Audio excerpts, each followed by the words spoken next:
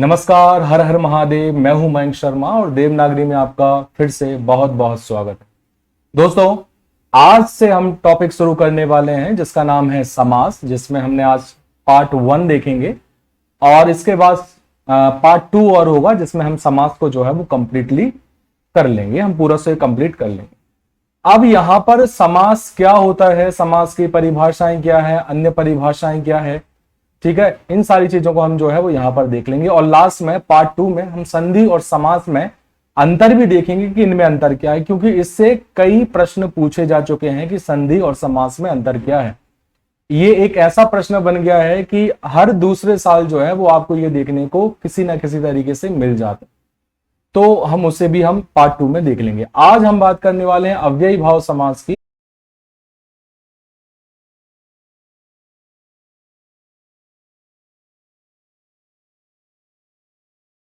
भी हम इस इंग्लिश में कहते हैं और जिसके हम पार्ट 1 के बारे में बात करने वाले हैं। ये है क्या, इसकी अवधारणा को समझते हैं, इसके कॉन्सेप्ट को समझते हैं।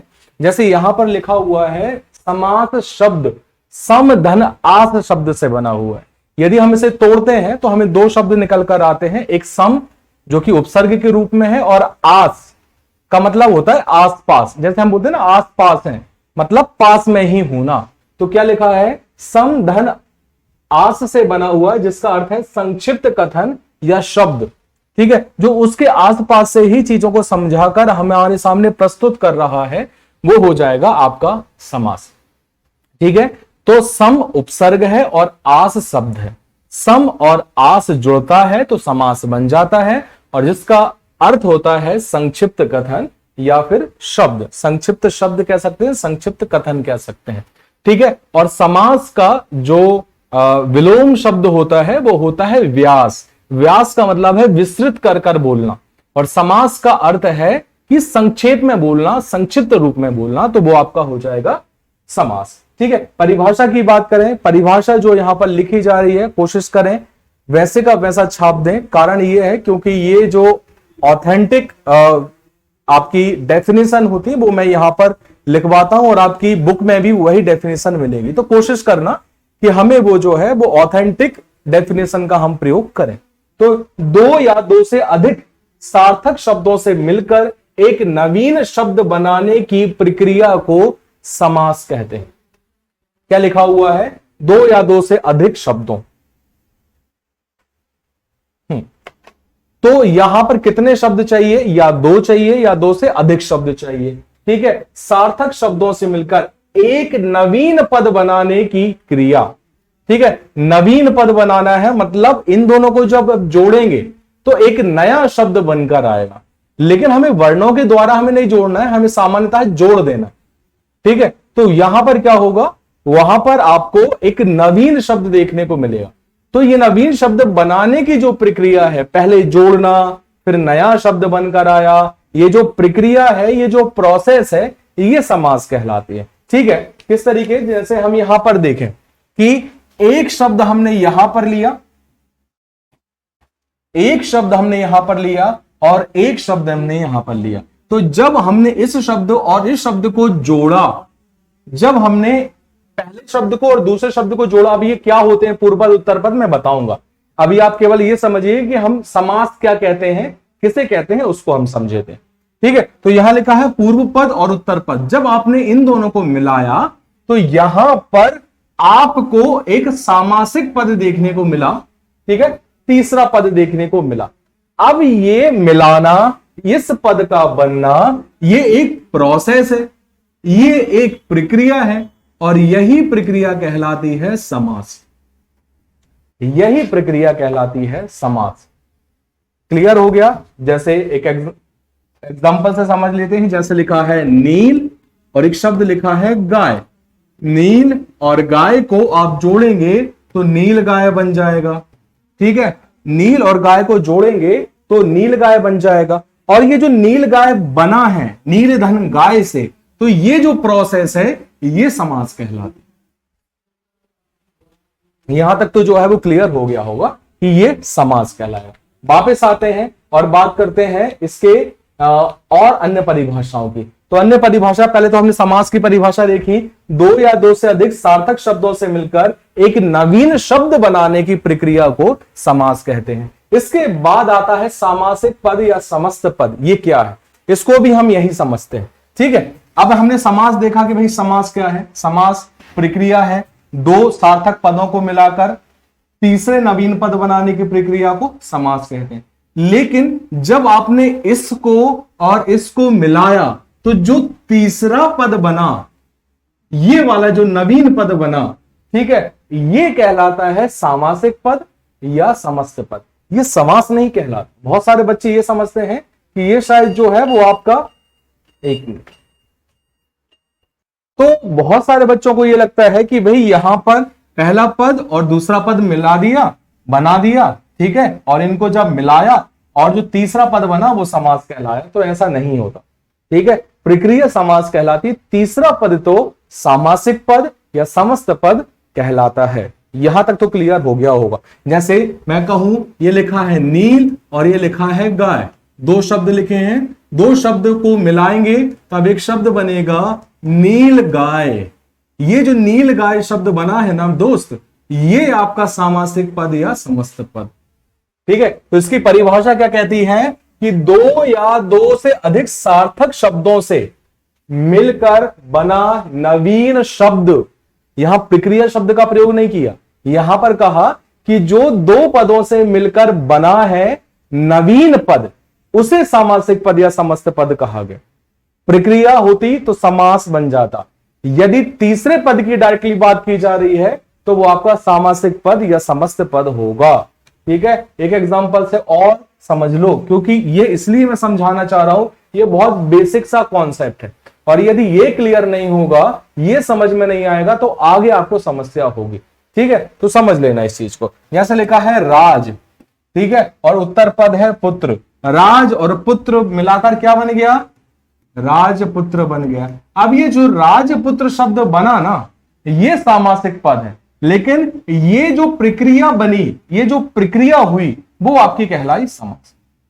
तो अब तो इतना समझाने पर समझ में तो आ गया होगा कि हम किस तरीके से बात कर रहे हैं और हम कहना क्या चाहते हैं। चलिए, इसके बाद है पूर्व पद और उत्तर पद। पूर्व पद और उत्तर पद, ठीक है, ये पूर्व पद क्या, उत्तर पद क्या है, अभी हम बार बार यहीं पर आ रहे हैं क्योंकि हम यहां पर चीजों को समझना चाहते हैं। पूर्व पद का मतलब होता है पहला शब्द। पूर्व पद का मतलब होता है पहला शब्द और उत्तर पद का मतलब होता है दूसरा शब्द। दो पदों को मिला रहे हैं ना, पहले पद को और दूसरे पद को, तो पहला पद कहलाएगा पूर्व पद और दूसरा पद कहलाएगा उत्तर पद। पहला पद हमेशा पहला होगा या फिर पहले स्थान पर होगा, जिसे हम पूर्व पद कहेंगे। दूसरा पद दूसरे स्थान पर होगा, जिसे हम उत्तर पद कहेंगे।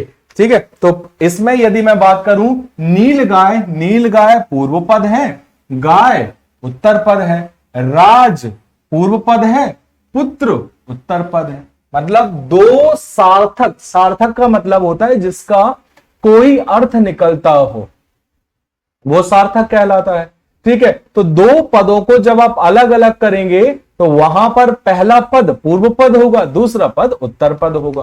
ठीक है, इसके बारे में ये भी यही कह रहे हैं कि समास में दो पद होते हैं, पहले पद को हम पूर्व पद कहते हैं, दूसरे पद को उत्तर पद कहते हैं। यहां तक क्लियर है। इसके बाद हम आगे बढ़ते हैं, अगला है समास विग्रह। समास विग्रह क्या है, अभी आपने जो है वो जोड़ दिया। जैसे संधि में हम संधि करते थे, फिर संधि विच्छेद करते थे, वैसे ही यहां पर हम पहले जोड़ रहे हैं, फिर हमें अलग अलग करना भी पड़ सकता है। तो जब सामासिक पद को आप अलग अलग करते हैं, ठीक है, जैसे राजपुत्र शब्द को, अभी राजपुत्र क्या है, सामासिक पद या समस्त पद। जब आप इसे अलग अलग करते हैं तो क्या होगा, राजा का पुत्र, पहले ये जुड़ा हुआ है, ये फैला हुआ है, तो ये जो फैला हुआ है वो कहलाएगा समास विग्रह। क्या कहलाएगा दोस्त, समास विग्रह कहलाएगा। तो इसकी परिभाषा भी क्या है, सामासिक पद के सभी पदों को, ठीक है, ये सामासिक पद है, सामासिक पद के सभी पदों को, सभी पद मतलब पूर्व पद और उत्तर पद, सभी पदों को अलग अलग करने की प्रक्रिया को समास विग्रह कहते हैं। जब आप इन्हें अलग अलग करेंगे तो वहां पर समास विग्रह हो जाएगा।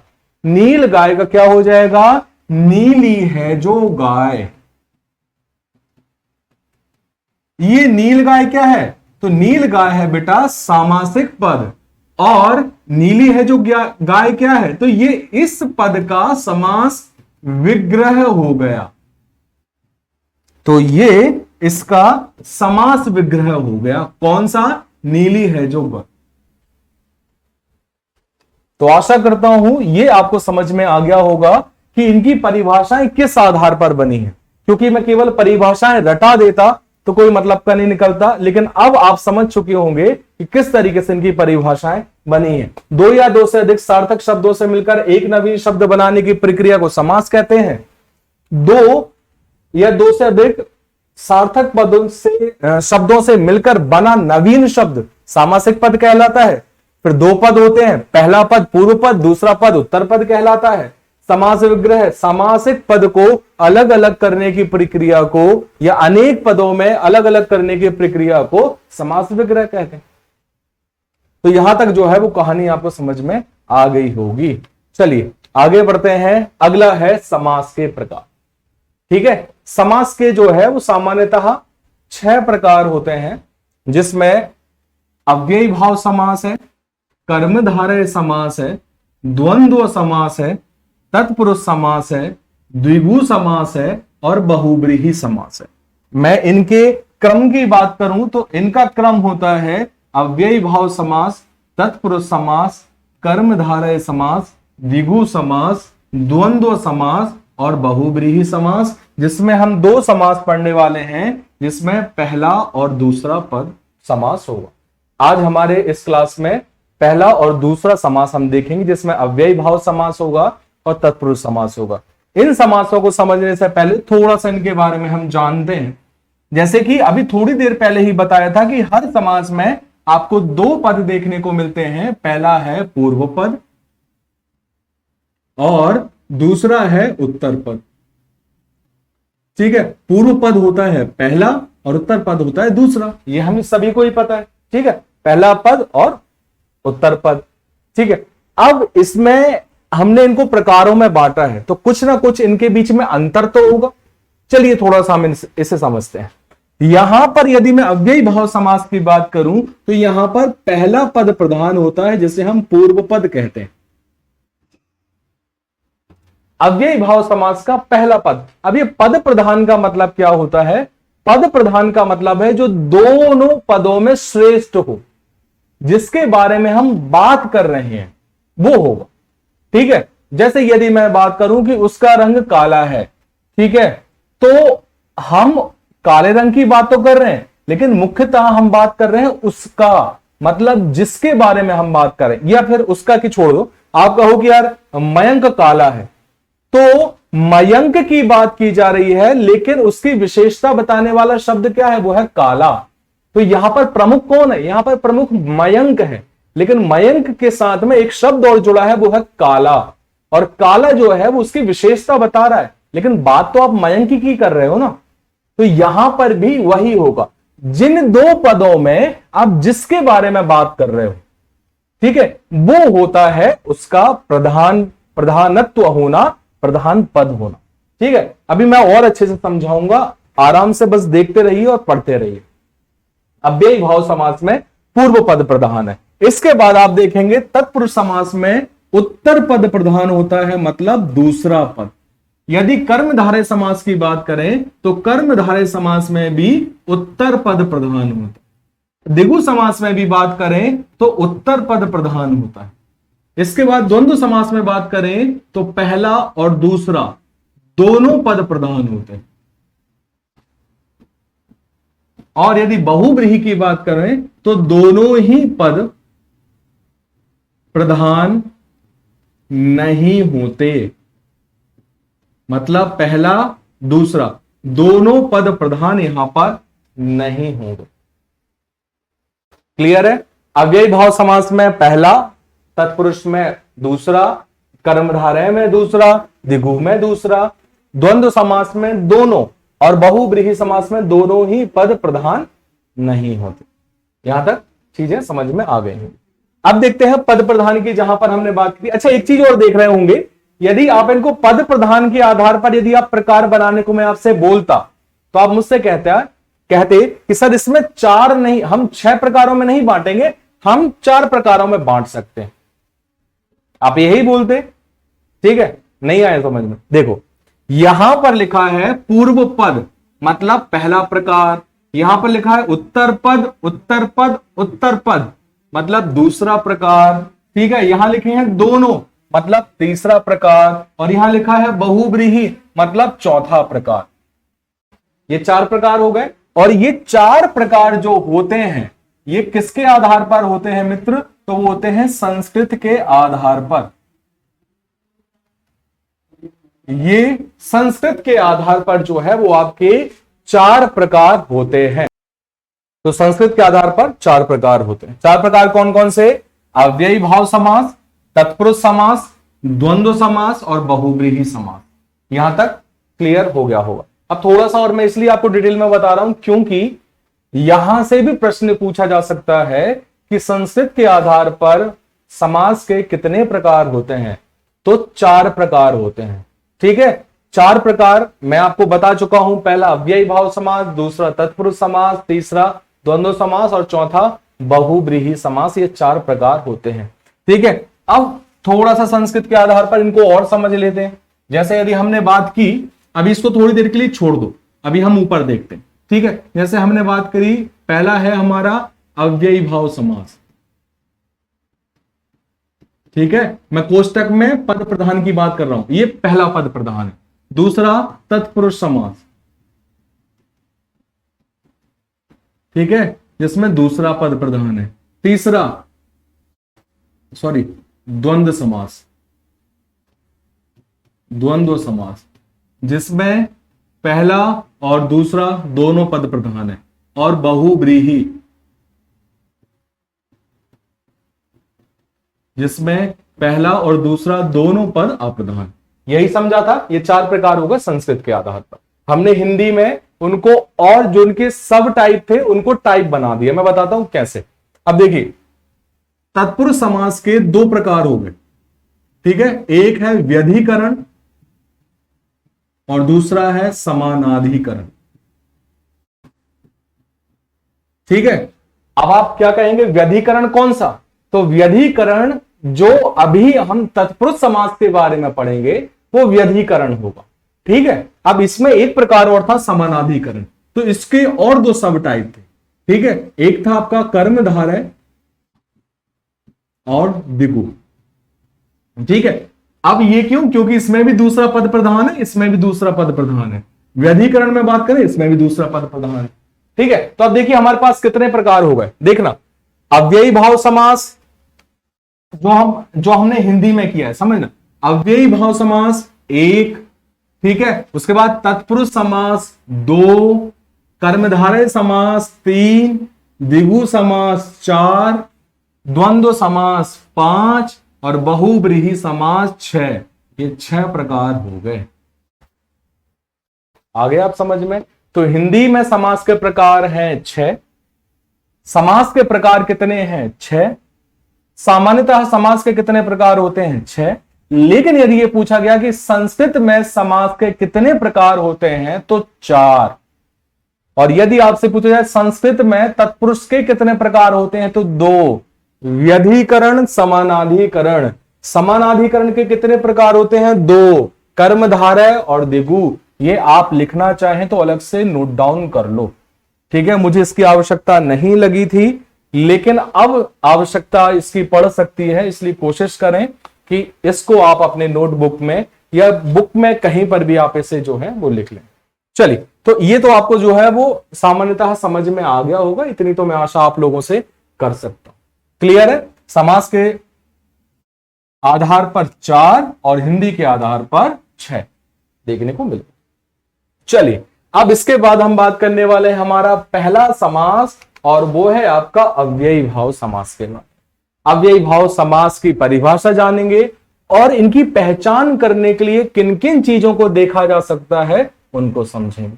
ठीक है, तो सबसे पहले देखते हैं जिस समास का पूर्व पद प्रधान हो। अभी हम इतनी देर से इसी के बारे में बात कर रहे थे कि भाई जिसका पहला पद प्रधान होगा वो कौन सा समास होगा, वो अव्ययी भाव समास होगा।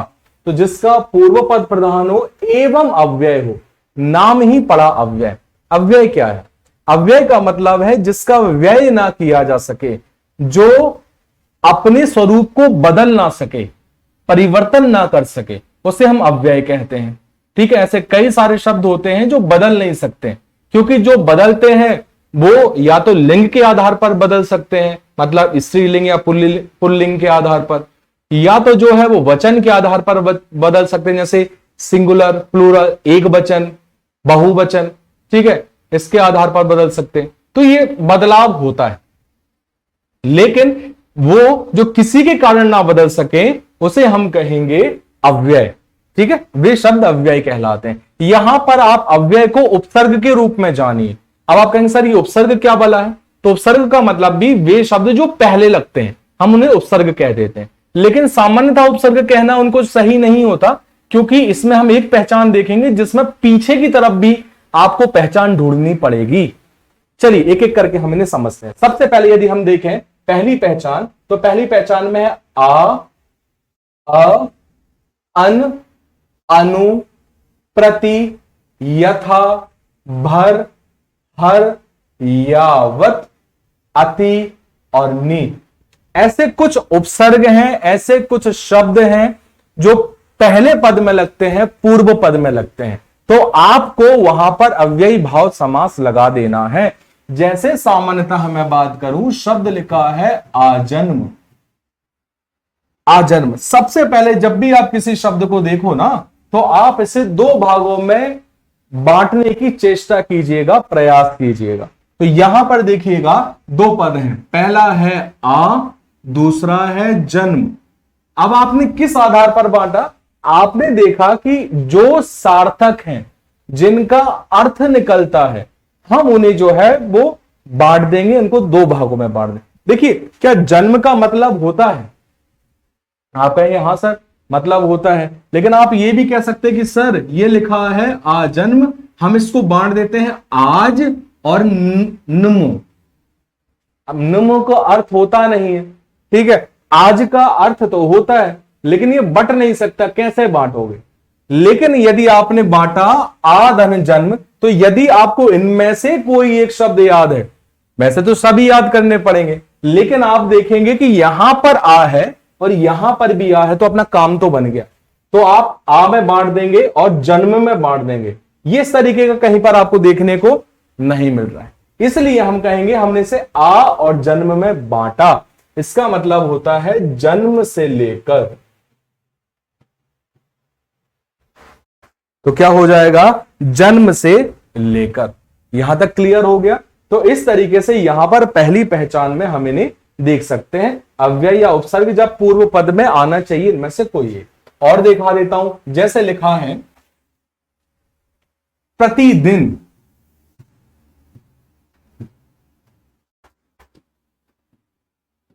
देखो यहां लिखा है प्रति, पहला पद है प्रति, दूसरा है दिन। देखिए पूर्व पद में प्रति है क्या?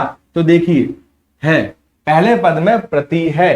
क्या दिन का कोई अर्थ होता है? तो आप कहेंगे बिल्कुल सर दिन का अर्थ होता है, हम इसका प्रयोग भी करते हैं। तो यहां पर प्रतिदिन में भी अव्ययी भाव समास हो जाएगा। इसका मतलब होता है हर दिन। हर दिन, ठीक है। अब आप कहेंगे सर क्या हर दिन में भी अव्ययी भाव समास हो सकता है? तो बिल्कुल हो सकता है, हर दिन में भी आपका जो है वो अव्ययी भाव समास हो सकता है, क्योंकि यहां पर पूर्व पद में हर लिखा है, तो क्या हर यहां पर है? तो ये देखिए हर, ये तो यहां पर मुख्य तौर पर इनका विग्रह नहीं किया जाता है, लेकिन फिर भी हम विग्रह देख रहे हैं। आपकी बुक में विग्रह लिखे गए हैं, तो यदि आपसे विग्रह कभी पूछा जाए, वैसे तो चांसेस कम होते हैं, लेकिन फिर भी पूछा जाए तो आप इनमें से इनको याद कर लें और आप इनका प्रयोग कर सकते हैं। और बता देता हूं, जैसे लिखा है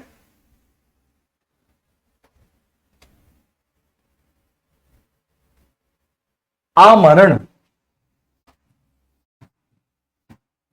आमरण। आमरण में आप देखेंगे तो पूर्व पद है आ और फिर लिखा है मरण। क्या आपको आ दिया गया है? तो बिल्कुल दिया गया है, ये देख लीजिए आ है। तो इसका मतलब होगा मरण तक, मरने तक। तो इसका हो जाएगा आपका आमरण। बाकी बुक में दिए हैं, आप देख लेना। एक और मैं यहां पर बताना चाहता हूं, यावत जीवन। अब ये थोड़ा सा मैं टफ बता रहा हूं क्योंकि आप इसको समझ सकें, क्योंकि आप सभी लोगों ने जो है वो संधि तो पढ़ ही ली होगी, ठीक है। तो यदि आपको एक शब्द दिया गया यावत जीवन, यावत जीवन में देखेंगे तो यहां पर जा है, यहां पर जा है, डबल जा है। इसका मतलब ये टूट सकता है। अब ये कैसे टूट सकता है? ये टूटेगा यावत धन जीवन। यदि आप देखेंगे जा संबंधी नियम, ठीक है, सॉरी चा संबंधी नियम, तो उसमें आप देखेंगे ता के बाद यदि जा या झा आता है तो ता को जा में बदल दिया जाता है। तो यहां पर भी यही हुआ है। क्या यावत शब्द हमारे पास है? तो देखिए हां, यावत शब्द हमारे पास है, यावत शब्द हमारे पास है। और जब ये शब्द है, इसका मतलब है कि यहां पर भी आपका अव्ययी भाव समास हो सकता है। चीजों को समझ रहे हैं ना, कि कभी कभी यदि आपको वो और परेशान करना चाहता है तो संधि के शब्दों को भी यहां पर दे सकता है। लेकिन आपको परेशान होने की आवश्यकता नहीं है, संधि के आपने सभी नियम पढ़े हैं। बस प्रैक्टिस कीजिएगा, अभ्यास कीजिएगा ज्यादा से ज्यादा, तो आप देखेंगे कि आपको चीजें समझ में आने लग जाएंगी और सारी चीजें एक दूसरे से जुड़ी हुई हैं। बच्चा यदि अलग अलग संधि समास को पढ़ता है तो वो परेशान हो जाता है जब ऐसे कोई शब्द आते हैं, लेकिन आपको नहीं होना है क्योंकि मैं आपको कनेक्ट करके बता रहा हूं चीजें, ठीक है। और जब कनेक्ट करके बता रहा हूं तो यार आप गलती नहीं होनी चाहिए, आपसे गलती नहीं होनी चाहिए, ठीक है। एक और देखिए, प्रत्यारोप।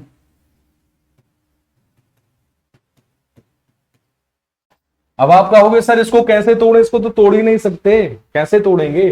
तो यहां पर देखिए प्र है, यहां ता है, यहां या है, यहां रो है, यहां पा है, तो कैसे तोड़ेंगे? तो यहां पर देखिए प्रत, ठीक है, प्रत या रोप, ता के बाद ता आधा, इसके बाद या है, ठीक है। इसका मतलब ये किसमें टूटेगा? यण स्वर संधि में, प्रतिधन आरोप।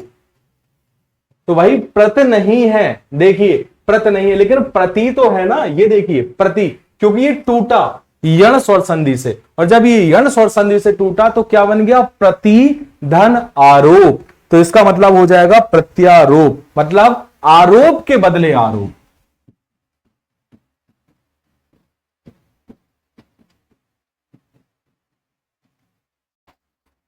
आरोप के बदले आरोप।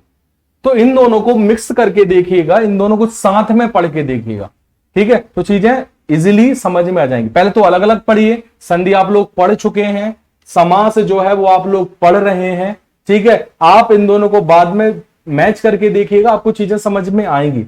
ज्यादा से ज्यादा एग्जाम्पल लगाओगे तो आपको चीजें और इजीली समझ में आ जाएंगी। यदि आपको इसमें कम एग्जाम्पल लगते हैं तो आपको हमारे अपने ही इस ऐप में जो है वो शब्दकोश नाम का एक आपको फोल्डर मिल जाएगा, वहां पर भी हम कोशिश कर रहे हैं कि ज्यादा से ज्यादा कंटेंट एग्जाम्पल के लिए आपको डलवाते जाएं।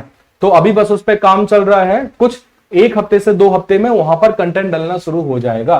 तो आपने यहां पर इनका प्रयास कर लिया, यहां पर प्रैक्टिस कर ली, उसके बाद आप वहां पर भी अभ्यास कर सकते हैं। केवल एक नजर मारकर देख लें कि हाँ ऐसे भी शब्द होते हैं जहां पर चीजों को अलग अलग किया जा सकता है। चलिए आगे बढ़ते हैं। तो ये हो गया आपका पहली पहचान, जब आपको अन, अनु, प्रति, अति, यावत, हर, भर, यथा, नी, यदि ये शब्द आपको मिल जाए। उप भी हो सकता है, यदि आप चाहें तो उप लगा दें, क्योंकि ये उपसर्ग के तौर पर ही है, अव्यय के तौर पर भी है, पूर्व पद में देखने को मिलेगा, इसलिए यहां पर आदि शब्द लिखवाया है, ठीक है। कि और भी हो सकते हैं, आप तो केवल बस पूर्व पद में देख लीजिएगा कि यार वहां पर कोई उपसर्ग या अव्यय वाला शब्द है। वैसे तो इन्हीं में से ही एक आता है, इनके अलावा नहीं आता, ठीक है। ये यावत तो मैंने आपको बहुत टफ बता दिया, ये अनु हो गया, प्रति हो गया, हर हो गया, भर हो गया, यथा हो गया, ऐसे शब्द ही आपको देखने को मिलेंगे। चलिए, तो ये हो गया आपका पहली पहचान। इसके बाद अगली पहचान है, वो है पहचान नंबर 2, जिसमें आपको उत्तर पद में शब्द देखने को मिलेंगे जिसमें वर्ती, उपरांत, भर, अर्थ, पर्यंत, अनुसार, पूर्वक, पार, प्रति, पूर्वक।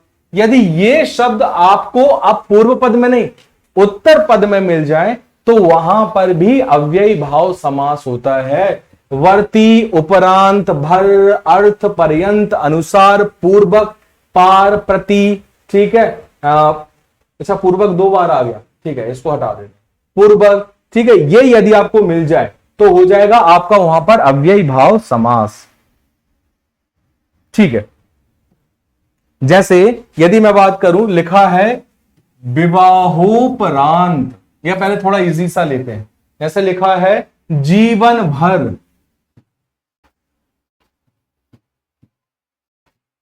जीवन भर, पहला पद है जीवन, दूसरा पद है भर, ये आपको मिल गया है भर। ये तो ये अब कौन से स्थान पर आया है? सेकंड नंबर पर। लेकिन यदि मैं लिखता भर पेट, अब ये कौन से स्थान पर आया है? पहले। तो पहले स्थान पर भर आए तो भी चलेगा, सेकंड नंबर पर आए भर तो भी चलेगा, और दोनों में ही अव्ययी भाव समास होंगे। आप देख लीजिएगा, यहां पर भी देखिए भर लिखा है और यहां पर भी जो है वो आपका भर लिखा है। यदि ये पहले भी आए पीछे भी आए तो आपको तो वहां पर अव्ययी भाव समास लगाना है। ठीक है, और देख लीजिए, जैसे लिखा है विवेक पूर्वक।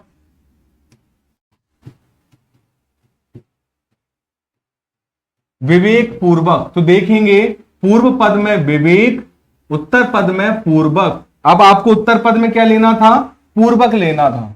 ठीक है, तो ये देखिए कहां है पूर्वक भाई? ये है पूर्वक। ठीक है, तो यहां पर क्या हो जाएगा? विवेक पूर्वक, मतलब ये आपका आया सेकंड नंबर। क्लियर है? तो इस तरीके से आप देख सकते हैं कि आपको उत्तर पद में भी ये शब्द देखने हैं, पूर्व पद में आपको ये शब्द देखने हैं, तो जो आपको बता देंगे कि अव्ययी भाव समास है या नहीं है। एक और शब्द लेते हैं, जैसे लिखा हुआ है दर्शनार्थ। अब दर्शनार्थ जो है वो कैसे अलग होगा? तो ये होगा दर्शन, धन, अर्थ, और कौन सी संधि है यहां पर? तो है दीर्घ स्वर संधि। दीर्घ स्वर संधि, तो दर्शन, धन, अर्थ क्या हो जाएगा? दर्शनार्थ हो जाएगा। तो पूर्व पद में दर्शन, अर्थ सेकंड में। अर्थ है क्या भाई यहां पर? तो देखिए यहां पर अर्थ है, इसलिए यहां पर आपका क्या हो जाएगा? वो हो जाएगा अव्ययी भाव समास। आगे देखते हैं पहचान नंबर 3। पहचान नंबर 3 बहुत इजी है। जहां पर किसी पद की आवृत्ति हो, किसी शब्द की आवृत्ति हो, तो वहां पर आपका अव्ययी भाव समास होता है। जैसे लिखा है पल पल। अब आप पल पल को देखिए, क्या पल के बाद में पल शब्द की जो है वो आवृत्ति हुई है? तो बिल्कुल हुई है। ठीक है, गाने में भी हम नॉर्मल गा देते हैं, पल पल दिल के पास तुम रहती हो, पल पल। ठीक है, पल के बाद में पल शब्द आया तो वहां पर क्या हो जाएगा? आपका अव्ययी भाव समास हो जाएगा। कभी कभी, कभी कभी मेरे दिल में ख्याल आता है।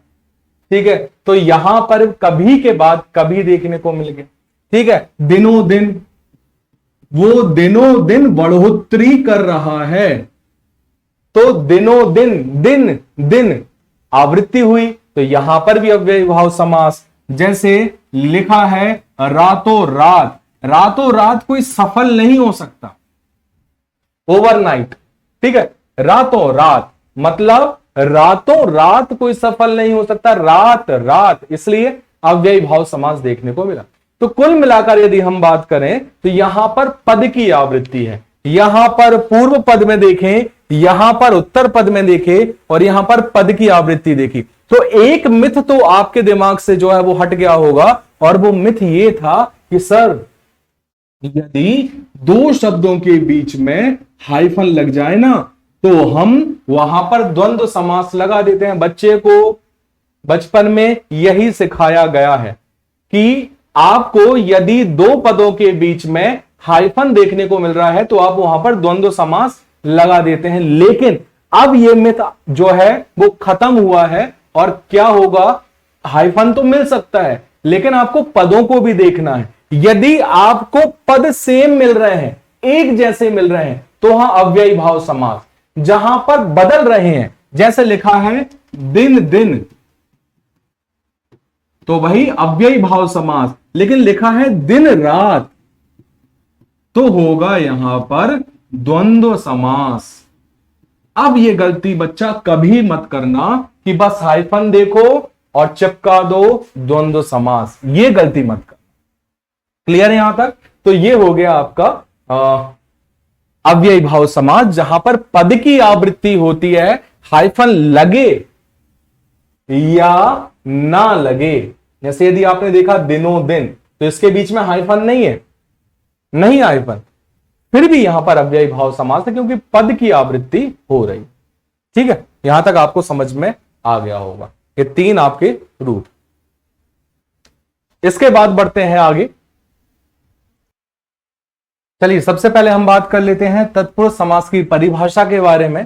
तो तत्पुरुष समास की परिभाषा के बारे में हम तो हल्का सा तो पहले जान ही चुके हैं कि भाई इसमें आपको उत्तर पद प्रधान देखने को मिल रहा है। तो इसमें परिभाषा में ये भी आप ऐड करेंगे कि भाई इसमें कौन सा पद प्रधान होता है, तो जिस समास का उत्तर पद प्रधान होता है, ठीक है, एवं समास करते समय जब आप उनका समास करेंगे, मतलब उनको जब जोड़ेंगे, समास करेंगे, तो विभक्ति का लोप हो जाता है। ये आईएनपी, ये आईएनपी विभक्ति का मतलब होगा कारक जो दो पदों को जोड़ने का काम करते हैं। समझते हैं कौन कौन से होते हैं, कैसे होते हैं। पहले बस अभी इतना समझने का कोशिश कीजिए कि इसमें उत्तर पद प्रधान होता है, मतलब सेकंड नंबर का पद प्रधान होगा।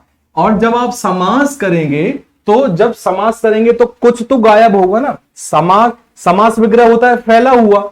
जब आप इस समास विग्रह का समास करेंगे तो वो कम होगा, और कम होने में कुछ को तो गायब करेंगे ना, तो कुछ तो गायब होगा। तो जो गायब हो रहा है वो कौन गायब हो रहा है, वो विभक्तियां गायब हो रही हैं। ठीक है, तो वहां पर क्या हो जाएगा, तो वहां पर आपका जो है वो तत्पुरुष समास हो जाएगा। ठीक है, विभक्ति क्या होती है अभी हम इनके समझेंगे, लेकिन अच्छा पहले विभक्तियां ही समझ लो, क्योंकि फिर हम इसके प्रकार को जो है वो देखेंगे। यहां पर समझ लेते हैं। ठीक है, चलिए, तो हमारे पास कुल मिलाकर 8 विभक्तियां होती।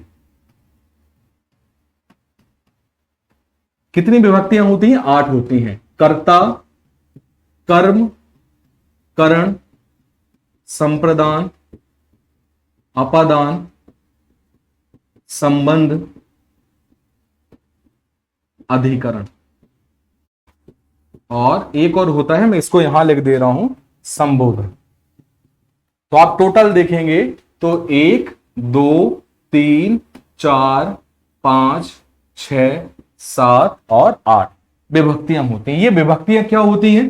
अभी बताया कि जो दो पदों के बीच में संबंध स्थापित करते हैं, उनको जोड़ने का काम करती हैं, उन्हें हम कहते हैं विभक्तियां। जैसे मैंने कहा राजा का पुत्र, तो यहां पर देखेंगे ये शब्द और इस शब्द को जोड़ने का काम किया का ने।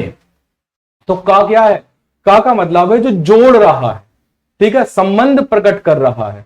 ठीक है, जैसे मैंने लिखा विद्या के लिए आलय, तो यहां आलय और विद्या, तो कौन जोड़ रहा है? तो के लिए जोड़ रहा। तो जो दो पदों के बीच में जोड़ने का काम कर रहे हैं, तो वो क्या हो जाएगा? वो हो जाएगा आपका विभक्ति या कारक। अब यहां पर एक चीज देखेंगे, जब आप इनको हटाएंगे ना, तो यहां पर वो शब्द बन जाएगा। जैसे आपने का हटाया तो बचा राजा का राज, पुत्र का पुत्र, शब्द बन गया राजपुत्र। विद्या का विद्या, के लिए हटाओ, आलय का आ जुड़ेगा आ में, और लय लग जाएगा विद्यालय, क्योंकि यहां पर जो है वो आपकी संधि हो गई है।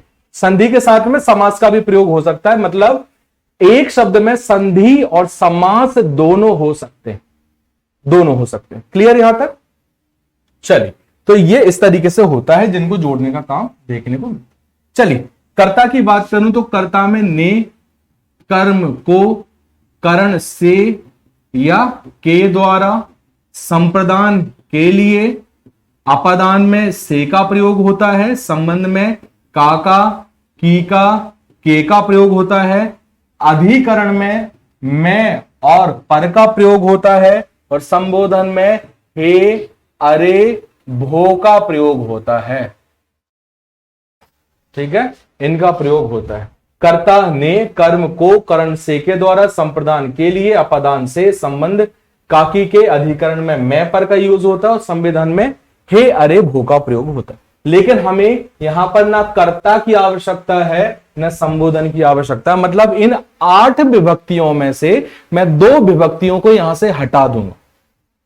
ठीक है, एक पहली वाली और एक लास्ट वाली। तो बचा कौन सा? दूसरा, तीसरा, चौथा, पांचवा, छठवा और सातवां। यदि मैं इनको काउंट करता हूं तो 1 2 3 4 5 6, कितनी? 6। तो यहां पर भी देखिए हमें 6 विभक्तियां मिली हैं, जिनके अनुसार हमने इनको प्रकारों में बांटा है। पहला, दूसरा, तीसरा, चौथा, पांचवा, छठवा। तो कितने प्रकार हो गए? 6 प्रकार हो गए। ये इस आधार पर मैं अभी ऊपर के सब हटा रहा हूं और फिर मैं नीचे के आपको समझाते हुए चलूंगा। ठीक है, तो ये हो गए 6, 1 2 3 4 5 6। अब ये कौन से नंबर पर है? दूसरे नंबर पर। तो ध्यान रखिएगा, इसे कहा जाता है द्वितीय तत्पुरुष समास। तो इसे और क्या कहा जाता है? द्वितीय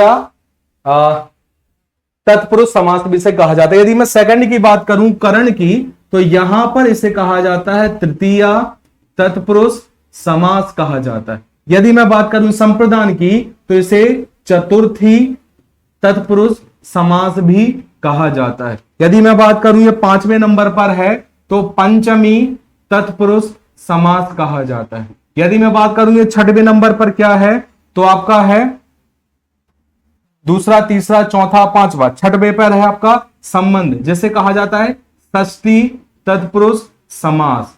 ठीक है, और अधिकरण को कहा जाएगा सप्तमी तत्पुरुष समास। तो मतलब यदि हम देखें तो इनके नाम भी हैं दूसरे, जिनको नाम से, वैसे तो सामान्य नाम आपको यही देखने को मिलेगा, कर्म तत्पुरुष समास। लेकिन कभी ऐसा मिले कि कर्म तत्पुरुष समास का एक और नाम क्या है, तो वो है द्वितीय तत्पुरुष समास। करण का तृतीय, संप्रदान का चतुर्थी, ठीक है, इसके बाद अपादान का पंचमी, संबंध का षष्ठी और अधिकरण का सप्तमी। तो ये दूसरा, तीसरा, चौथा, पांचवा, छठवा, सातवां, ये 6 प्रकार के आपको नाम यहां पर देखने को मिल जाए। यहां तक क्लियर है?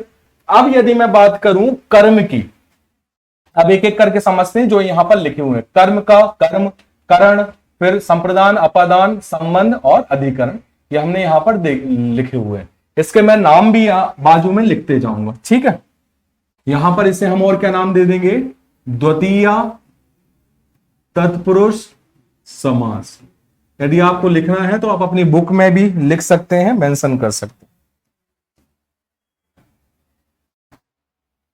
चलिए कर्म तत्पुरुष समास की बात करें तो कर्म तत्पुरुष समास में किसका लोप होगा? इसमें लोप होगा को का। मतलब 2 पदों के बीच में आपको क्या देखने को मिलेगा? आपको देखने को मिलेगा को। ठीक है, को किसको दर्शाता है? को कर्म को दर्शाता है। अब आप कहेंगे सर ये कर्म होता है क्या? कर्म का मतलब होता है जो क्रिया से प्रभावित हो, वो कर्म होता है, जो क्रिया से प्रभावित हो। जैसे मैंने कहा राम ने रावण को मारा। अब देखो ये क्रिया किसने की है? तो आप कहेंगे सर क्रिया तो की है राम जी ने। ये राम जी जो है वो इन्होंने क्रिया की है, मतलब ये सब्जेक्ट है, मतलब कर्ता है। ठीक है, सब्जेक्ट, कर्ता का क्या काम होता है? क्रिया को केवल करना। जो क्रिया को करे वो करता है। ठीक है, लेकिन जो क्रिया से प्रभावित हो, राम ने रावण को मारा, मारने की क्रिया से प्रभावित कौन हुआ है? मारने की क्रिया किस पर की गई है? तो वो की गई है रावण पर। तो रावण क्या हो गया? रावण कर्म हो गया। ठीक है, कर्ता कौन था? कर्ता थे श्री राम, लेकिन क्रिया किस पर की गई? तो क्रिया की गई रावण पर, तो यहां पर क्या हो जाएगा? कर्म रावण हो जाएगा। और देख लेते हैं, जैसे सुमित ने महेश को गिफ्ट दिया। सुमित ने महेश को गिफ्ट दिया। गिफ्ट देने की क्रिया किस पर की गई? तो आप कहेंगे सर महेश पर की गई। किसने की? तो सुमित ने की। तो कर्म कौन होगा? कर्म होगा महेश। कर्ता कौन होगा? कर्ता होगा सुमित। याद है? क्लियर है? तो यहां पर जो है वो आपका कर्म कौन होगा? जिस पर क्रिया की जा रही है। एग्जाम्पल के तौर पर देखते हैं, ये तो हो गया, यहां पर तो समझ में आ गया होगा। जैसे लिखा है रथ चालक, यदि मैं एक शब्द देखूं रथ चालक, तो रथ चालक को देखोगे तो रथ मतलब रथ, पूर्व पद क्या है आपका? रथ। चालक का मतलब है चलाने वाला। ठीक है, चलाने वाला। तो यहां पर रथ और दूसरा पद हो गया चलाने वाला। चलाने की क्रिया किस पर की जा रही है? आप कहोगे सर चलाने की क्रिया रथ पर की जा रही है, तो जिस पर क्रिया की जाएगी वो कर्म बन जाएगा। और कर्म में आप किसका प्रयोग करते हैं? को का। तो शब्द क्या बन गया? रथ को चलाने वाला।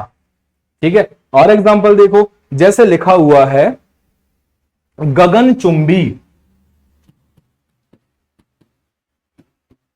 गगनचुंबी, दो पद आ गए, पहला आ गया गगन, दूसरा हो गया चुंबी का मतलब है चूमने वाला। अब चूमने की प्रक्रिया किस पर की जा रही है? ठीक है, जैसे हमने कहा कि बुर्ज खलीफा गगनचुंबी इमारत है, तो बुर्ज खलीफा, ठीक है, जो कि चूमने का कार्य कर रही है, लेकिन किस पर कर रही है? तो आप कहेंगे सर गगन पर किया जा रहा है, गगन को चूम रही है। तो गगन को चूमने वाला या चूमने वाली, तो वो हो गया गगनचुंबी। ठीक है, तो वो हो जाएगा आपका गगनचुंबी। एक और देखते हैं, जैसे लिखा है चिड़ी मार। चिड़ी मार, चिड़ी का मतलब होता है चिड़िया, मार का मतलब मारना या मारने वाला। मार का मतलब यहां है मारने वाला। अब मारने की क्रिया किस पर की जा रही है? जो बहेलिया होते हैं ना, उनको चिड़ी मार कहा जाता है। ठीक है, जो चिड़ियों को मारने वाले होते हैं, तो मारने की क्रिया की जा रही चिड़ियों पर, तो जिस पर किया जाएगा उसे कहेंगे चिड़ीमार, चिड़ियों को मारने वाला, तो हो जाएगा चिड़ीमार। तो कुल मिलाकर जहां पर को का लोप हो, और को का मतलब है कर्म, और कर्म वही है जिस पर क्रिया की जाए। क्लियर है? चलिए आगे बढ़ते हैं। अगला है करण तत्पुरुष समास, जिसे कहते हैं हम तृतीया तत्पुरुष समास, जिसे कहते हैं तृतीया तत्पुरुष समास। ठीक है, अब तृतीया तत्पुरुष समास की यदि हम बात करें तो यहां पर से और के द्वारा का लोप होगा। से या के द्वारा का लोप यहां पर होगा। से और को द्वारा क्या है? तो ये है साधन, इंस्ट्रूमेंट। मतलब यदि हम कोई क्रिया कर रहे हैं तो जो हमारी मदद करे, तो वो क्या हो जाएगा? आपका करण तत्पुरुष समास हो जाएगा, जिसमें आप साधन की बात कर रहे हैं।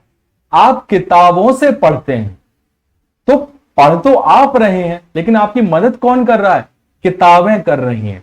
ठीक है, आप मोबाइल से पढ़ रहे हैं, तो आपकी मदद कौन कर रहा है? मोबाइल कर रहा है। तो मोबाइल क्या है? मोबाइल एक इंस्ट्रूमेंट है। मोबाइल क्या है? जो आपकी मदद कर रहा है।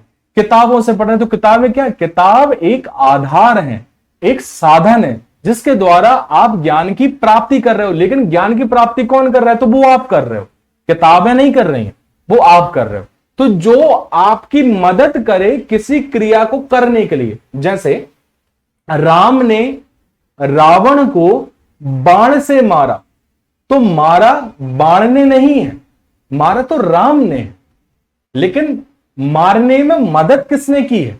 तो मदद की है बाण ने। तो बाण क्या हुआ? बाण एक इंस्ट्रूमेंट है, ठीक है। तो बाण एक इंस्ट्रूमेंट होगा जिसके द्वारा मारा गया है, लेकिन मारा तो राम जी ने। यदि बाण पड़ा होता तो बाण पड़ा जमीन पर, क्या फर्क पड़ रहा? तो कुछ नहीं होता, ठीक है। तो वहां पर मुख्य जो है वो कर्ता है, लेकिन कर्ता जो है वो किसकी मदद से क्रिया कर रहा है? तो वो होगा आपका करण की मदद से, साधन की मदद से। अब यहां पर से का सामान्यता अर्थ जो है वो निर्जीव के लिए यूज होता है और के द्वारा का जो है वो सजीव के लिए होता है, लेकिन कभी कभी इन पर ज्यादा ध्यान दिया नहीं जाता है तो गलत नहीं होगा।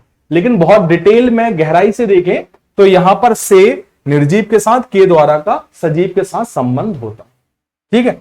कैसे? जैसे देखते हैं, लिखा है रेखांकित, शब्द लिखा है रेखांकित। रेखांकित में दो शब्द हैं, एक शब्द है रेखा, दूसरा है अंकित। रेखा का मतलब होता है लाइन, रेखा का मतलब होता है लाइन।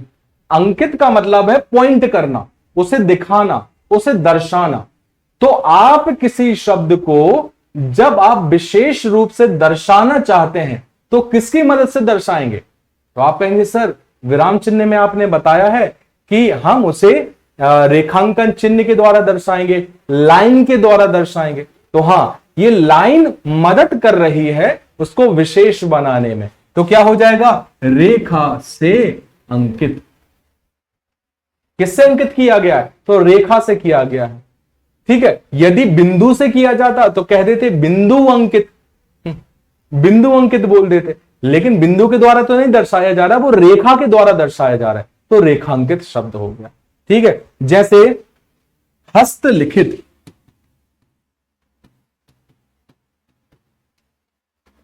हस्तलिखित, ठीक है। तो हस्त मतलब हाथ, लिखित,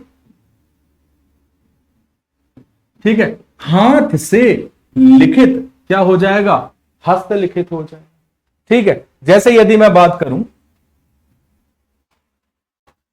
तुलसी रचित, तुलसी रचित, तो तुलसी रचित तो किसके द्वारा रचित है? तुलसी के द्वारा, तो हो जाएगा तुलसी के द्वारा रचित। तो यहां पर हमने क्या किया? यहां पर हमने देखा कि करण है तो हमने से और के द्वारा का प्रयोग यहां पर किया। यहां तक समझ में आ गया? अब बढ़ते हैं आगे। ये हो गया करण, ठीक है, तृतीय। इसके बाद संप्रदान है जिसे हम कहेंगे चतुर्थी। चतुर्थी, चतुर्थी में यूज होगा के लिए। के लिए का मतलब है कि भाई आपका मोटो क्या है, उद्देश्य क्या है।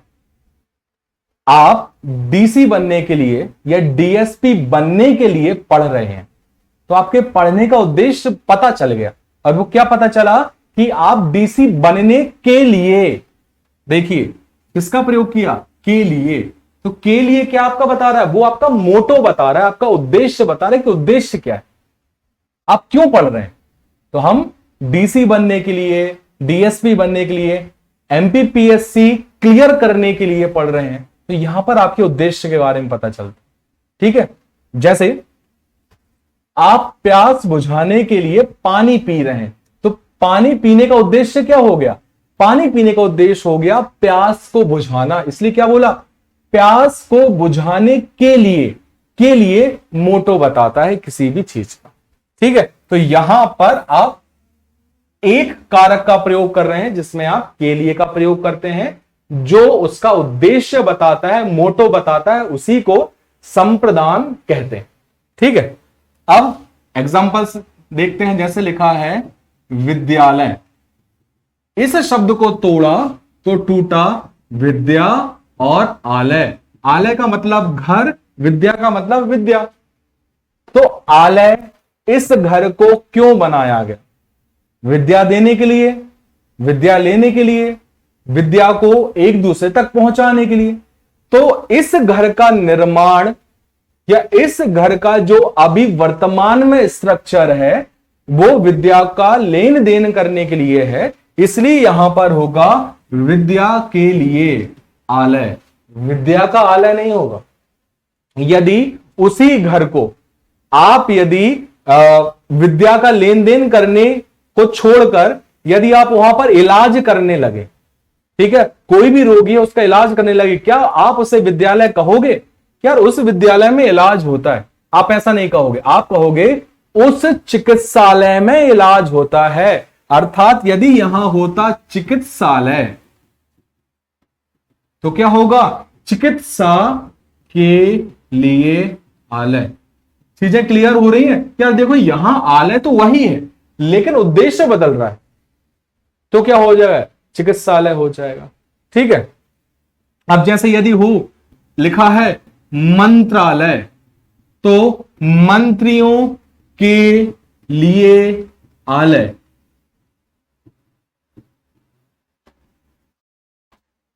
तो मंत्रालय हो जाएगा। इसका एक और अर्थ हो सकता है, मंत्र शब्द से संबंध होता है मंत्रणा। ठीक है, इसके दो रूप हो सकते हैं। मंत्रणा, मंत्रणा का मतलब है मीटिंग करना, आपस में बातचीत करना, क्या इस काम के लिए क्या बेहतर योजना हो सकती है, स्कीम्स निकाली जा सकती हैं, पॉलिसी बनाई जा सकती है, उसके लिए काम करना, ये मंत्रणा कहलाती है। हम कहते हैं ना कि यार एग्जाम होने वाला है, चलो थोड़ी सी मंत्रणा कर लेते हैं, उसकी रणनीति बना लेते हैं, तो वो मंत्रणा कहलाती है। तो मंत्रियों के लिए आलय भी हो सकता है, मंत्रणा के लिए आलय भी हो सकता है। ठीक है, तो कुल मिलाकर यदि हम बात करें तो यहां पर के लिए बताता है उसके उद्देश्य को। ध्यान रखिए, आपकी किताब में बहुत सारे एग्जाम्पल दिए हैं, एक एक एग्जाम्पल को अच्छी तरीके से देख लेना, ये वे एग्जाम्पल हैं जो पूछे जा सकते हैं। ठीक है, तो यहां पर आपका हो गया संप्रदान तत्पुरुष समास। इसके बाद आगे बढ़ते हैं, अगला है आपका वो है अपदान तत्पुरुष समास। अपदान तत्पुरुष समास जिसमें किसका लोप होता है? से का लोप होता है, लेकिन ये से कौन सा है? ये है अलग करने वाला। मतलब किसी चीज को किसी चीज से अलग कर दे तो वो क्या हो जाएगा? वो होगा अपादान, जिसमें से का प्रयोग होता है। क्योंकि आप मुझसे ये भी कह सकते हो कि सर इसमें भी तो से का प्रयोग हुआ है, लेकिन ये से साधन है और ये वाला से जो है वो अलग करने वाला भाव है। कैसे पहचानोगे? दो एग्जाम्पल से देखते हैं। पहला उठाते हैं, जैसे वृक्ष से पत्ते गिर रहे हैं।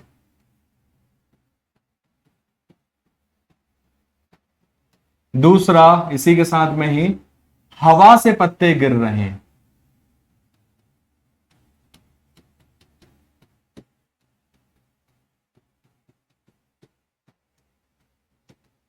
हवा से पत्ते गिर रहे हैं। ठीक है, अब यहां पर वृक्ष, यहां पर हवा। अब ये वृक्ष है, ठीक है, वृक्ष में पत्ता लगा हुआ है। अब ये पत्ता जो है वो गिर गया। अब जब ये गिरा तो क्या वृक्ष से अलग होकर गिरेगा या वृक्ष को लेकर गिरेगा? आप कहोगे सर वृक्ष लेकर कैसे गिर सकता है? वृक्ष से अलग होगा। ये जब अलग होगा तभी तो गिरेगा ना।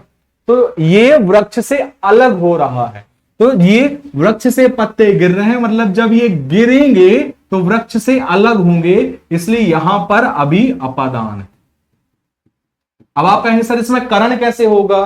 कि अब यहां पर एक पत्ता लगा हुआ है, ठीक है, हवा आई और हवा ने इसको गिरा दिया।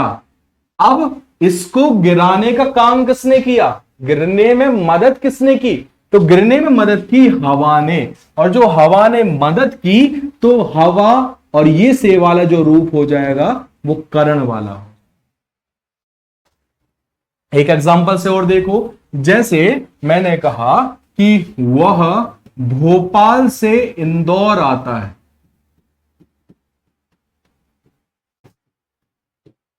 दूसरा, वह बस से इंदौर आता है।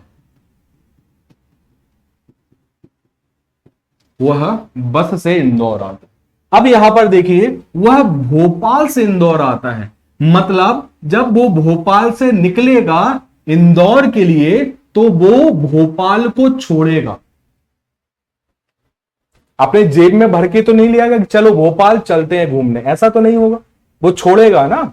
मतलब भोपाल की जब वो सीमा को छोड़ेगा तब जाके वो, सीमा सचिन वाला नहीं, है तुम वो समझ लो, ठीक है, जब सीमा को छोड़ेगा तो वो आपको जो है वो इंदौर की तरफ लेकर आएगा, ठीक है। तो यहां पर जब होता है तो यहां पर सामान्यतः हम फ्रॉम का यूज करते हैं, और फ्रॉम जो होता है वो अलग करने के लिए होता है, ठीक है। लेकिन वह बस से इंदौर आ रहा है, इंदौर आने में मदद कौन कर रही है? बस कर रही है ना, बस कर रही है, मोटरसाइकिल कर रही है, हवाई जहाज कर रहा है, जिस साधन से वो आ रहा है, तो ये आपका करण होगा,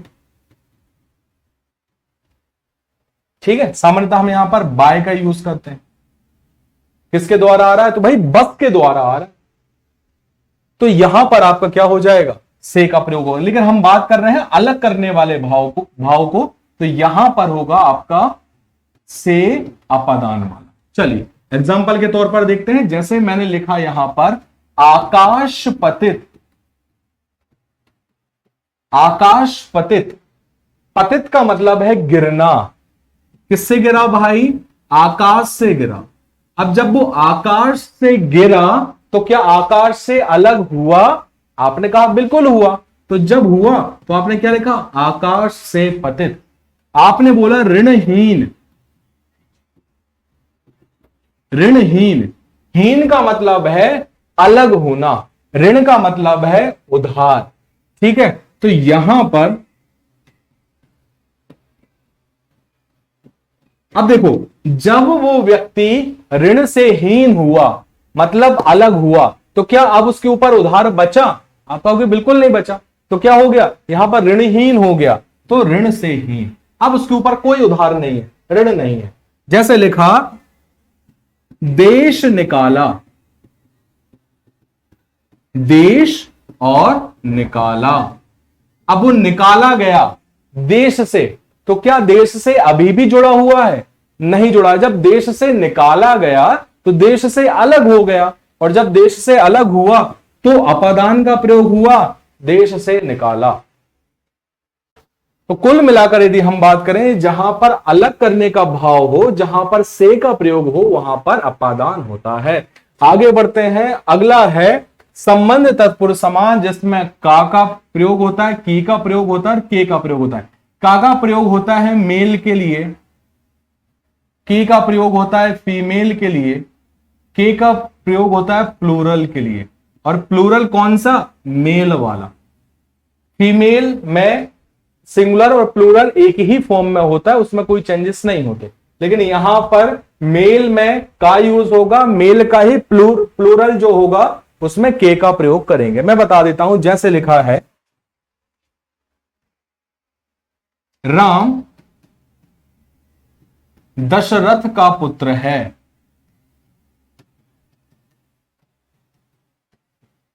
ठीक है। राम दशरथ का पुत्र है, सीता जनक की पुत्री है, ठीक है। इसके अलावा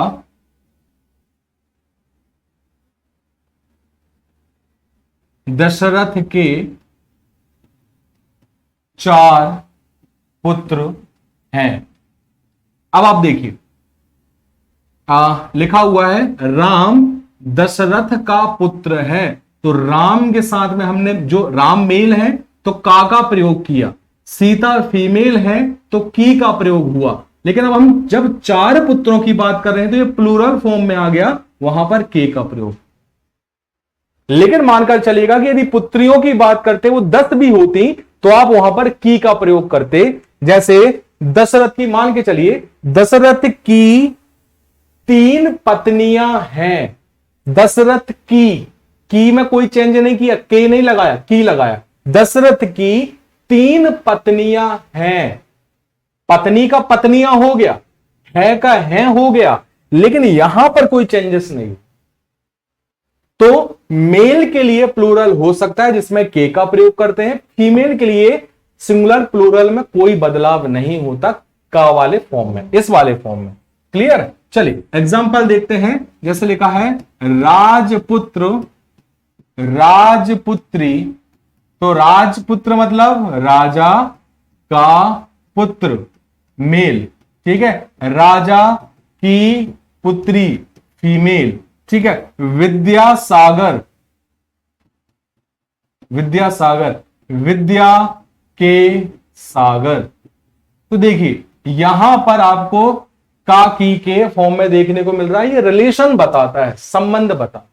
ठीक है, चलिए आगे बढ़ते हैं। अगला है आपका अधिकरण तत्पुरुष समास। अधिकरण में मैं पर का प्रयोग होगा। किसका प्रयोग होगा? मैं पर।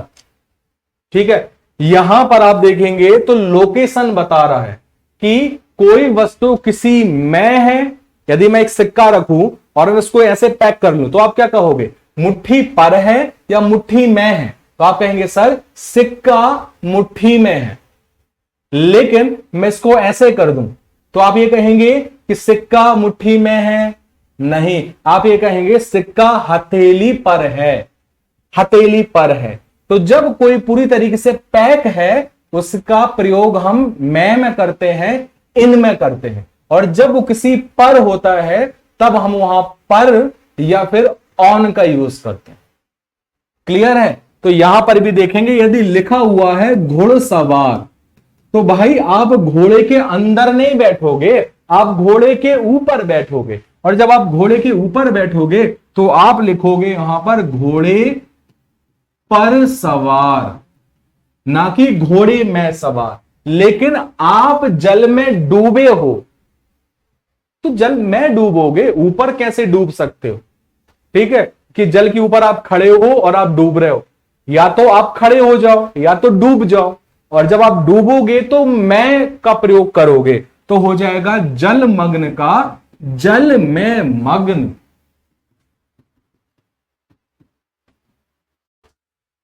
ठीक है, तो ये इस तरीके का जो है वो आप प्रयोग कर सकते हो जहां पर आपको अधिकरण तत्पुरुष समास में देखना है। बाकी के आप एग्जांपल अपनी बुक में देख लेना। इसके अलावा कुछ तत्पुरुष समास के उप प्रकार भी हैं, ये ज्यादा काम के नहीं है, यहां से क्वेश्चन नहीं आएगा। लेकिन मेरा दायित्व तो है कि जो भी कंटेंट आपके इस टॉपिक से रिलेटेड है वो मैं आपको करा दूं। ठीक है, और डिटेल में कराऊं कि यार कम से कम हम जो है वो उसके लिए अवेयर हूं, क्योंकि यदि ये प्रश्न पूछा गया तो बाकी के लोगों से नहीं बनने वाला, आप लोग कर सकते। ठीक है, तो ये फायदा आप लोगों को दे जाएगा। इसलिए बस हल्का हल्का सा समझ लें और ज्यादा इसके पीछे ना पड़े, बस हल्का हल्का सा रिवीजन कर ले और जब एग्जाम हो उसके पहले बस थोड़ा सा देख लें। ज्यादा इसके पीछे पढ़ने की कोशिश नहीं करना, यहां से ज्यादा क्वेश्चन नहीं बन सकते। चलिए आगे बढ़ते हैं। यहां पर हम बात कर रहे हैं पहला जो प्रकार है, उप प्रकार है, वो है उपपद तत्पुरुष समास। उपपद, उपपद का मतलब है दूसरा पद। ठीक है, तो इसमें लिखा है किसी धातु या क्रिया में कोई प्रत्यय लगाकर समस्त पद बनता है तो उसे तत्पुरुष समास कहते हैं। ठीक है, जैसे दिवाकर, यदि मैंने शब्द लिखा दिवा और फिर लिखा कर, तो कर एक प्रकार की क्रिया है, करना, कर, खाना, खा, तो ये क्या है? ये क्रियाएं हैं। तो जब किसी शब्द के साथ में क्रिया का रूप लग जाए तो वहां पर उपपद तत्पुरुष समास होता है। तो यहां पर क्या होगा? दिन को करने वाला, और दिन को करने वाला कौन होता है? तो हम सभी को पता है, सूर्य होता है। तो सूर्य का पर्यायवाची क्या है? दिवाकर। तो इस तरीके से जब आपको उत्तर पद में प्रत्यय के रूप में क्रिया का रूप मिल जाता है तो वहां पर दिवाकर होता है। फिर से पढ़ देता हूं, किसी धातु या क्रिया में कोई प्रत्यय लगाकर समस्त पद बनता है उसे उपपद तत्पुरुष समास कहते हैं, जिसमें प्रत्यय से पहले कोई भी विभक्ति रह सकती है। देखिए क्या लिखा है, जिसमें प्रत्यय से पहले कोई भी विभक्ति रह सकती है वहां उपपद हो जाए। अगला है नए तत्पुरुष समास। नए तत्पुरुष समास एक्चुअली होता है नेगेटिव, नकारात्मक होता है। ठीक है, तो जिस शब्द का पहला पद नकारात्मक हो नए तत्पुरुष समास कहलाता है। मतलब पहला पद नकारात्मक हो तो वो आपका क्या कहलाता है? नए तत्पुरुष समास कहलाता है। अब नकारात्मक कौन कौन से हो सकते हैं? जैसे मान के चलिए अन हो सकता है, न हो सकता है। ठीक है, इस तरीके के जो है वो आपके नकारात्मक हो सकते हैं, आ हो सकता है, जिसमें अभी सोच रहा था, आ हो सकता है। अब एक चीज कहेंगे सर, थोड़ी देर पहले ही आपने हमें बताया था कि जहां पूर्व पद में अन आ जाए, आ जाए, तो वहां आप अव्ययी भाव समास लगा देना। और अब आप हमसे बोल रहे हो कि भाई एक नए तत्पुरुष समास वाला एक भाई होता है, उसके अंतर्गत भी जो है वो ये आ सकते हैं। तो हमें करना क्या है, सीधा सीधा बता दीजिए। तो इसमें एक नोट पड़ेगा, नोट लिखा है कि इस समास को संस्कृत व्याकरण में तत्पुरुष के एक प्रकार के रूप में देखा गया था, लेकिन हिंदी के कई वैयाकरणों ने इसके स्वभाव के कारण इसे अव्ययी भाव समास में रखा है। मतलब चिंता खत्म। अब यदि आपसे यह पूछा गया कि अधर्म में, ठीक है, क्योंकि यहां आ लगा है, अधर्म में कौन सा तत्पुरुष समास है, तभी आप लगाओगे नए तत्पुरुष समास, नहीं तो अधर्म का आप अव्ययी भाव समास ही लगाओगे। इसलिए बहुत सारे लोग पता है इसको छोड़ देते हैं। वो इसलिए छोड़ देते हैं क्योंकि इनके जो नियम हैं वो बहुत ज्यादा टकराने वाले हैं, तो लोगों को लगता है चलो इसको छोड़ दो। लेकिन मैं इसलिए बता रहा हूं क्योंकि आपके संज्ञान में, ठीक है, ये होना चाहिए कि यार ये होता भी है। तो यहां पर संस्कृत में ये इसका एक प्रकार होता था, लेकिन हिंदी में जब आया और ये देखा कि यार ये तो बड़ा परेशान करने वाला नियम है, तो हमारे जो वैयाकरण हैं, जो ग्रामर को समझने वाले लोग हैं, उन्होंने उसको मानक करके इसे केवल अव्ययी भाव समास में रख दिया है। क्लियर है यहां तक? तो यदि आपसे यह पूछा जाए, जैसा उसने बहुत डिटेल में पूछा, अधर्म में कौन सा तत्पुरुष समास है, तो आप नए लगाओ। नहीं, आपसे यह पूछा गया कि अधर्म में कौन सा समास है, तो आप अव्ययी भाव समास लगाओगे। यहां तक क्लियर है? चलिए अगला बढ़ते हैं। ठीक है, जैसे लिखा हुआ है अदृश्य, तो अदृश्य जो है वो यदि कौन सा तत्पुरुष समास है तो नए, लेकिन सामान्य कौन सा समास है तो अव्ययी भाव समास। प्रादि तत्पुरुष समास, प्रादि तत्पुरुष समास में आपको पूर्व पद में प्रा शब्द मिलता है। जैसे लिखा है प्रधन आचार्य, तो देखेंगे पूर्व पद में क्या है,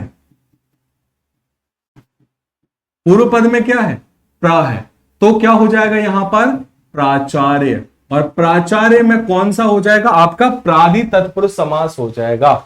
तो इस तरीके से यहां पर प्रादि बन जाएगा। ठीक है, पहला उपपद, उत्तर पद में क्रिया मिल जाए नए, पूर्व पद में नकारात्मक उपसर्ग मिल जाए प्रादि, पूर्व पद में प्रा मिल जाए। अलग तत्पुरुष समास, अलग तत्पुरुष समास में जिस समास का पूर्व पद विभक्ति सहित होता है। अब क्या होता है संस्कृत में कि संस्कृत में विभक्तियां शब्द के साथ जुड़ी हुई होती हैं, हिंदी में ऐसा नहीं होता, हिंदी में वो अलग हो जाती है। जैसे मैं कहूं रामम, ठीक है, रामम लिखा है और यहां लिखा है राम को,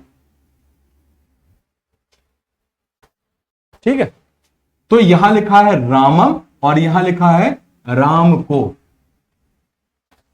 तो यहां पर राम रामम रामो रामान, ठीक है, रामम, तो यहां पर राम को लिखा हो, यहां पर विभक्ति अलग हो गई है, लेकिन यहां पर इसका मतलब भी राम को ही है। लेकिन देखिए यहां पर आपने यहां पर क्या की है, विभक्ति को जोड़ दी है। संस्कृत में विभक्तियां जुड़ी हुई होती हैं, ठीक है, लेकिन यहां पर जो है आपका अलग अलग होती। क्लियर है? तो इस तरीके से यहां पर हो जाए। तो यहां पर इन्होंने कहा कि भाई जिस समास में दोनों पद के बीच, जिस समास का पूर्व पद विभक्ति सहित हो, मतलब विभक्ति के साथ लगा हो, तो वहां पर अलग होता है। कैसे? जैसे यहां पर लिखा है मन सिज, मन सिज, आप गलती क्या कर दोगे, आप तोड़ दोगे मन धन सिज, लेकिन नहीं, ये टूटेगा मन सी धन जा। मन सी मतलब मन से, जा का मतलब जन्म लेने वाला। मैं इसे बहुत ज्यादा डिटेल में इसलिए नहीं पढ़ा रहा हूं क्योंकि ये काम का नहीं है, लेकिन अपनी बुक में बस एक बार इनकी डेफिनेशन पढ़ के चले जाना बस, और मैं बस हल्का हल्का सा समझा दे रहा हूं कि किस तरीके से इनका प्रयोग यहां पर होता है। तो बात कर रहे हैं मन से जन्म लेने वाला, तो हो जाएगा मन से अलुक तत्पुरुष समास। एक और बता देता हूं, लिखा है युधि स्थिर, शब्द बना युधि धन स्थिर, युधि धन स्थिर। तो यहां पर ये वाला शब्द इसमें बन गया। पूर्व पद में देखेंगे तो युधि लिखा है, लेकिन होना तो युद्ध चाहिए था। युद्ध का मतलब है युद्ध, लेकिन यहां लिखा है युधि। युधि का मतलब होगा युद्ध में, स्थिर मतलब स्थिर रहने वाला। तो कौन? तो वो है युधिष्ठिर। अर्थात युधिष्ठिर शब्द में भी कौन सी संधि, कौन सा समास होगा? अल्प तत्पुरुष समास होगा। ठीक है, इस तरीके से यहां पर बन जाए। चलिए आगे देखते हैं। मध्यम पद लोपीय तत्पुरुष समास बस खत्म ही होने वाला है। ठीक है, ये बस लास्ट स्लाइड है। मध्यम पद लोपीय तत्पुरुष समास, जिस समास में दोनों के पदों के बीच कुछ पद हों तथा समास करने पर उनका लोप हो जाए। बहुत इंटरेस्टिंग है, बड़ा मजा आ जाएगा इस वाले समास में। लिखा है दही में डूबा हुआ बड़ा। इसका पूर्व पद कौन सा है? तो आप कहोगे सर इसका पूर्व पद है दही, उत्तर पद है बड़ा, ये मध्यम पद है। देखो नाम क्या है? मध्यम पद लोपीय, मतलब मध्यम मतलब जो बीच वाला हिस्सा है वो लोप हो जाए, गायब हो जाए। जब वो गायब हो जाएगा तो बचेगा कौन सा? पहला और दूसरा। तो आपने इसको किया दही में डूबा हुआ बड़ा और इसको काटा तो बचा क्या? दही बड़ा। तो ये बन गया मध्यम पद लोपीय। जब दो पदों के बीच में पद आ जाएं, कई सारे पद आ जाएं, तो हो जाएगा वो मध्यम पद लोपीय। जैसे रस में डूबा हुआ गुल्ला, तो क्या हो जाएगा? रसगुल्ला। क्योंकि मैं डूबा हुआ, इसको आप क्रॉस कर दोगे तो रस पूर्व पद, गुल्ला उत्तर पद, रसगुल्ला। आपका गुल्ला का मतलब कैसा? गुल्ला का मतलब होता है गोल वस्तु। ठीक है, एक्चुअली ये गुल्ला, रसगुल्ला जो शब्द है वो आपका बंगाल से आया हुआ है, जहां पर आ को ओ बोलते हैं। जैसे रसोगुल्ला, तो गोला, तो गोल से गुल्ला बना हुआ है। हम क्या कर देते हैं? हम उसे गुल्ला बोलते हैं, वो कहते हैं रसोगुल्ला गो। ठीक है, तो वो गोल से गो बना हुआ है। तो इस तरीके से वो गुल्ला मतलब गोल वस्तु होती। क्लियर है? इसके बाद लास्ट है मयूर व्यंजकादि। जिस तत्पुरुष समास में दोनों पद विग्रह पद आपस में बदल जाते हैं, मतलब जब दोनों पदों के स्वरूप को आप बदल दें। जैसे एक शब्द लिखा हुआ है देशांतर, देशांतर को आप कैसे लिखोगे? तो आप कहोगे सर देशांतर को हम लिख सकते हैं देश का अंतर। लेकिन मयूर व्यंजकादि में एक ताकत होती है, वो पदों को बदल देती है। तो पहले देश है फिर अंतर है, बाद अब अंतर पहले आएगा और देश बाद में आएगा। तो क्या हो जाएगा? देशांतर का मयूर व्यंजकादि में यदि आप विग्रह करेंगे तो आगे का पीछे और पीछे का आगे पहुंच जाएगा। तो देशांतर का अंतर देश हो जाएगा, जिसका मतलब है कोई अन्य देश। ठीक है, तो इस तरीके से मयूर व्यंजकादि आ जाएगा। तो उपपद, नए, प्रादि, अल्लुक, मध्यम, मयूर व्यंजकादि। कहीं कोई समस्या है तो आप इस वीडियो को फिर से थोड़ा सा पीछे करके देख लीजिएगा, क्योंकि मुझे विश्वास है कि जिस तरीके से मैंने समझाया है आपको अच्छी तरीके से समझ में आ जाएगा। लेकिन कुछ चीजें जैसे छूट जाती हैं, आपको उस समय समझ में नहीं आई, तो आप वापस से उसको जो है रिवर्स करके देख लीजिएगा, आपको जो है वो समझ में आ जाएगा। तो कुल मिलाकर आज हमारा पार्ट 1 समास का जो है वो खत्म हो गया है। अगले पार्ट में भी हम कोशिश करेंगे कि अगले पार्ट में ही खत्म कर दें, जिसमें हम कर्मधारय, द्विगु, द्वंद्व और बहुब्रीहि समास को समझेंगे, जिसमें हम उनके प्रकारों को भी जहां देखना चाहिए वहां हम उसके प्रकारों को भी देखेंगे। ठीक है, तो आज के सेशन में बस इतना ही। आप बस पढ़ते रहिए, अभ्यास करते रहिए। ठीक है, इसके सारे एग्जाम्पल आप अच्छे से देख लीजिएगा। मिलते हैं अगले वीडियो में, तब तक के लिए हर हर महादेव, धन्यवाद, जय हिंद, जय भारत। अपना ध्यान रखिए।